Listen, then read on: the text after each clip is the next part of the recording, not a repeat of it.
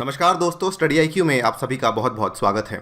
अंतर्राष्ट्रीय व्यवस्था में देश अपने आप को ऊपर ले जाने के लिए बहुत कुछ करते हैं, लेकिन जी जिनपिंग ने अपनी इस कोशिश में चाइना को नंबर 1 बनाने के लिए कुछ मूल सिद्धांत होते हैं अंतर्राष्ट्रीय संबंधों के, अंतर्राष्ट्रीय व्यवस्था के, उनको दरकिनार कर दिया है। ऐसे कौन से क्षेत्र हैं जहां पर हमें ये सब देखने को मिल रहा है, इन सभी चीज़ों की चर्चा हम इस लेक्चर में करेंगे। आइए स्टार्ट करते हैं मेरे साथ। मेरा नाम है अनिरुद्ध। इस लेक्चर की PDF को यदि आप डाउनलोड करना चाहते हैं तो मेरे टेलीग्राम चैनल पर जाइए और इंस्टाग्राम और ट्विटर पर भी आप मुझे फॉलो कर सकते हैं। ये है मेरी यूनिक आईडीज़ वहाँ पर।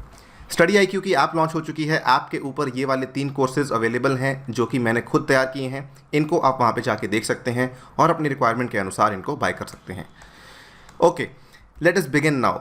ये हाल ही में आर्टिकल आया जून 16 को। In Xi Jinping's effort to make China number 1 he has forgotten the basics. यहाँ पर जो दुनिया एक तरफ कोरोना वायरस की पैंडमिक से लड़ रही है और जूझ रही है, वहीं पर चाइना इस पैंडमिक को एक अवसर की तरह इस्तेमाल कर रहा है to restore the trade linkages and rebuild international influence. In fact China इस कोशिश में क्या करना चाहता है, वो मेड इन चाइना पॉलिसी को इतना ज़्यादा फैला देना चाहता है कि बड़े बड़े क्षेत्र जैसे कि क्वांटम कंप्यूटिंग, आर्टिफिशियल इंटेलिजेंस और स्पेस में 2025 तक वो अपने आप को वर्ल्ड लीडर बना देना चाहता है। लेकिन इन सब के चलते बहुत सारी चिंता जो है जताई गई है बाय अमेरिका एंड यूरोप। कुछ एरियाज़ जिनकी मैं बात करूंगा यहाँ पर, ये 5 एरियाज़ की 1 बाय 1 करके बात करूंगा। Late us begin with the first one, China's hunger for land, the land hunger of China. हम सभी जानते हैं चाइना अपने आप को किस तरीके से फैला रहा है, भले वो साउथ चाइना सी हो, भले वो इंडियन ओशन रीजन हो, ठीक है। और ये मोस्टली इसकी जो कोशिश रहती है कि ये छोटी छोटी कंट्रीज़ को अपने डेट के तले, अपने कर्जे के तले दबाकर उनके बाद अपने जियो स्ट्रैटेजिक इंटरेस्ट को पूरा करने की कोशिश करता है। यहाँ पर श्रीलंका हुआ, मालदीव्स हुआ, उसके बाद जिबूती हुआ अफ्रीका में, अब बांग्लादेश उसका नया शिकार बनने जा रहा है। नेपाल को भी पूरी कोशिश की है इन्होंने, right. So China has been trying to grab the land in its neighbourhood through its coercive diplomacy. इन सभी उदाहरणों की हम बात कई बार अलग अलग वीडियोज़ में कर चुके हैं। स्पेशली अपने वो वाले पड़ोसी देश जो कि छोटे हैं, जिनकी अर्थव्यवस्था छोटी है और जो पैसे की रिक्वायरमेंट है जिनको, उनको ये डेट ट्रैप डिप्लोमेसी में फंसाने की कोशिश करता है। ये आप कोटेशन देखिए, मेरे को काफ़ी अच्छी लगी यहाँ पे डालने के लिए। China has grabbed more land than East India Company, Maldives के फॉर्मर प्रेसिडेंट ने ये चीज़ कही। सो जितनी लैंड ईस्ट इंडिया कंपनी ने ग्रैब नहीं की थी, उससे ज़्यादा लैंड चाइना ग्रैब कर चुका है। आर्टिफिशियल आइलैंड्स कहाँ पर इन्होंने नहीं बनाए। उसके बाद सेकंड चीज़ कि China is a threat to the democratic order. जो लोकतांत्रिक व्यवस्था है दुनिया की, उसके लिए चाइना एक बहुत बड़ा थ्रेट बन चुका है। चाइना एनकरेजेस अथॉरिटेरियन रिजीम्स, जहाँ पर आप देख सकते हैं सत्तावादी रिजीम्स हैं, ठीक है। अभी हाल ही में अगर आप देखें, जब कोरोना वायरस स्टार्ट हुआ था तो हंगरी में जो प्रॉब्लम देखने को मिली थी, चाइना ने हंगरी के लीडर को बहुत प्रॉपरली सपोर्ट किया by demonstrating that advanced modernisation can be combined with authoritarian ruling. In fact corona virus जब चाइना ने शुरुआती दिनों में ही जंग जीत ली थी, तो दुनिया को ये दिखाना चाहा कि क्योंकि हमारा जो ऑर्डर है, क्योंकि हमारी सब कुछ स्टेट ओन्ड है, चाइनीज़ कम्युनिस्ट पार्टी जिस तरीके से फंक्शन करती है, इसी तरीके से हम कोरोना वायरस के ऊपर जीत पाए थे। डेमोक्रेसीज इसके ऊपर जीतने में समय लेंगी। At the same time western liberal order is facing backlash and a crisis of legitimacy as citizens increasingly question its ability to deliver. आप जानते हैं यहाँ पर the super efficiency of the Chinese state in executing big ticket projects, ability to take swift decisions, basically इन सब की वजह से जो काफ़ी सारे देशों के नेता हैं, हंगरी, टर्की, काफ़ी इन्फ्लुएंस हुए to praise China's authoritarian capitalism. Hungary को लेकर अलग से अनदर वीडियो है टू शो कि किस तरीके से चाइना और हंगरी के बीच में जो नज़दीकियाँ हैं वो बढ़ रही हैं। एंड दिस जस्ट शोज़ कि चाइना दुनिया भर में जहाँ पर भी अथॉरिटेरियन रजीम्स, सत्तावादी रजीम्स आएंगी, उसको सपोर्ट करने में तत्पर है। Second third thing, I am sorry, human rights violation. Human rights violation की अगेन कहानियाँ एंडलेस हैं, starting with what is happening in Hong Kong, ठीक है। हांगकांग में जब 2019 से अगर हम स्टार्ट करें तो और भी ज़्यादा सामने आती हैं चीज़ें।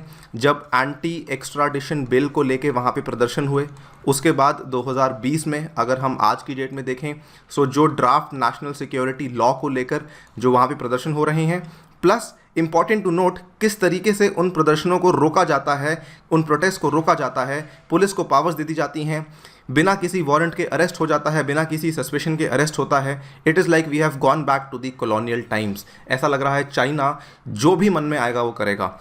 यहाँ पर मानवीय अधिकारों का हनन केवल हांगकांग में ही नहीं, इसके अलावा तिब्बत में भी होता है, जो कि तिब्बत ऑटोनॉमस रीजन है, और मोस्ट इम्पॉर्टेंटली इसका हनन होता है जिंगजियांग में। जिंगजियांग में जो उइघुर के मुस्लिम्स हैं, इसको लेकर हाल ही में प्रेसिडेंट ट्रंप ने भी एक बिल पास किया है to impose sanctions on China. So basically यहाँ पर चाइना ने कोई कसर नहीं छोड़ी अगर हम ह्यूमन राइट्स वायलेशन की बात करें, और इसको लेके जो ह्यूमन राइट्स वॉच है उसने भी कई बार सवाल उठाया है। बट द प्रॉब्लम इज़ कि बिकॉज एक कंसेंसस नहीं बन पा रहा है, बिकॉज कुछ देश ऐसे हैं जो चाइना से डर रहे हैं, अपनी आवाज़ नहीं उठा रहे हैं, और संगठनों में चाइना के ऊपर आवाज़ नहीं उठाई जा रही है, प्लस चाइना यूएनएससी का परमानेंट मेंबर है, जिसकी वजह से China is having a free hand in all these areas. This is the third area which is a very big area of concern for the western countries, and I would say not only for the western countries but for the democratic countries दुनिया भर में। So in fact जिस तरीके से उन्होंने corona virus के outbreak के ऊपर रिएक्शन किया, आप सभी जानते हैं स्टार्टिंग में जो विसल ब्लोअर्स थे उनको चुप करवाने के लिए चाइना ने क्या क्या नहीं किया। उसके बाद ये उइघुर मुस्लिम्स, फिर तिब्बत, उसके बाद अब Hong Kong. Again the story is endless. मैं केवल आपको ब्रीफली बता रहा हूँ, हमने सेपरेट वीडियोस इन सभी टॉपिक्स पे बना रखी हैं, आप उनको जाके देख सकते हैं। Then fourth thing, trade malpractices of China. China basically क्या करता है, अपनी इकोनॉमी को बढ़ाने के लिए, अपने एक्सपोर्ट्स को बढ़ाने के लिए कुछ भी मैल प्रैक्टिसेस करने के लिए रेडी है। उस टाइम पर वो WTO को नहीं मानता, लेकिन किसी के ऊपर आरोप लगाना हो तब वो WTO के रूल्स को साइड करता है। Talking about intellectual property rights, China has no protection, very low enforcement of IP rights in China. जो वहाँ के राइट होल्डर्स हैं उनको बहुत ही कॉम्प्लेक्स और अनसर्टन एनफोर्समेंट का सामना करना पड़ता है। और तो और अब इसकी प्रॉब्लम जो है वो केवल चाइना के अंदर नहीं, वो चाइना के बाहर भी आने लग गई है, because countries like Europe, countries like America, इनको भी दिक्कत आ रही है चाइना के IP राइट्स की वजह से।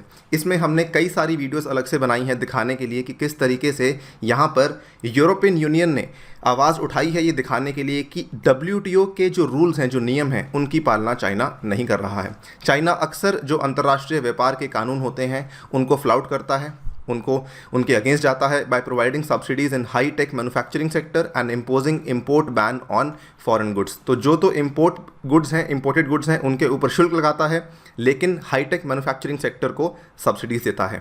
इससे क्या है, बाकी देशों की मार्केट्स में नेगेटिव इम्पैक्ट पड़ता है और उनकी डोमेस्टिक मार्केट्स पे खराब प्रभाव पड़ता है। यहाँ पर नेक्स्ट चीज़, ever increasing military budget. So again जहाँ पर बाकी सारी दुनिया जो है वो एक बीमारी से लड़ रही है और उनको प्रॉब्लम आ रही है अपनी इकोनॉमी को रीस्टार्ट करने में, चाइना यहाँ पर अपने मिलिट्री बजट को बढ़ा रही है, अपने सेना के बजट को बढ़ा रही है। In terms of investment in defence sector, China stands second only to USA in the world. China is increasing its military presence in every corner of the world from South China Sea to Indian Ocean. Latest news है मई 22 की, China hikes defence budget to $179 billion, nearly 3 times that of India. यहाँ पर इन्होंने अपने हाल ही में चाइना डे पे, China with its heavy investment in missile technology have achieved the capability to reach any of the NATO allied country. ये missile है, आप देख सकते हैं, China debuts DF-41 missile capable of targeting US in 30 minutes. ये इन्होंने अपने national day पे इनॉग्रेट की थी। दीज आर सम एरियाज जो कि ये दिखाते हैं कि चाइना एक बहुत बड़ा खतरा बन चुका है अंतर्राष्ट्रीय ऑर्डर, अंतर्राष्ट्रीय व्यवस्था के लिए। यहाँ पर कुछ देशों ने स्टेप्स ज़रूर लिए हैं। आई वुड से यहाँ पर आप देखें, यूरोप ने अपने जवाब में, फॉर एग्जांपल जर्मनी है, जर्मनी ने कुछ रूल्स को टफन कर दिया है सो दैट उनकी कंपनीज़ को चाइना टेक ओवर ना कर सके। इनफैक्ट इंडिया ने भी अपने कुछ रूल्स को टफन कर दिया है कि भारत में जो FDI चाइना से आती है उसके ऊपर कुछ और नियम लगा दिए हैं। USA के बारे में हम सभी जानते हैं, वहाँ पर उनकी फर्म्स को डीलिस्ट किया गया है और कंपनीज़ को बोल दिया गया है कि अगर आप चाइना से बाहर नहीं आएंगे तो आपके ऊपर हम टैक्सेशन लगाएंगे। सो कई सारी चीज़ें, कई सारे स्टेप्स दुनिया ले रही है।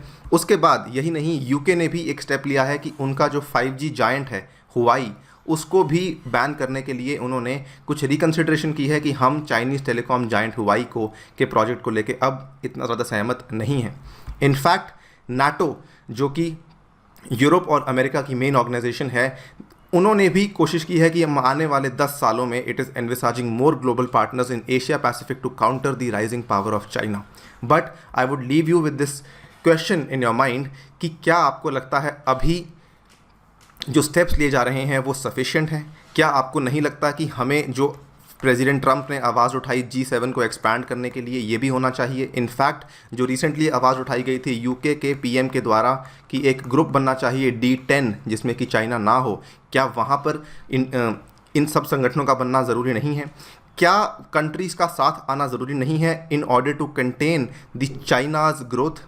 Do you think developed countries like USA, UK, Germany, France and Japan should cooperate with India to contain the China before it becomes unstoppable? यहाँ पर इंडिया का रोल काफ़ी इंपॉर्टेंट होगा बिकॉज हम एक उसके क्लोज नेबर हैं, plus we are now also at the attacking end of China. Specially जो लद्दाख में हुआ है उसके बाद रिलेशंस तो ख़राब होंगी ही, लेकिन अब देखना ये बाकी है कि हम जवाब किस तरीके से देते हैं। तो बहुत सारे सवाल हैं, बहुत सारी चीज़ें हैं, एक वीडियो में कलेक्ट करना मुश्किल है, but definitely I would say कि अगर अब जवाब नहीं लिया गया है so it would be very late before China की प्रॉब्लम हाथ से निकल जाएगी। इसी के साथ वीडियो को एंड करता हूँ। Thank you for listening to me. As always stay tuned and stay safe.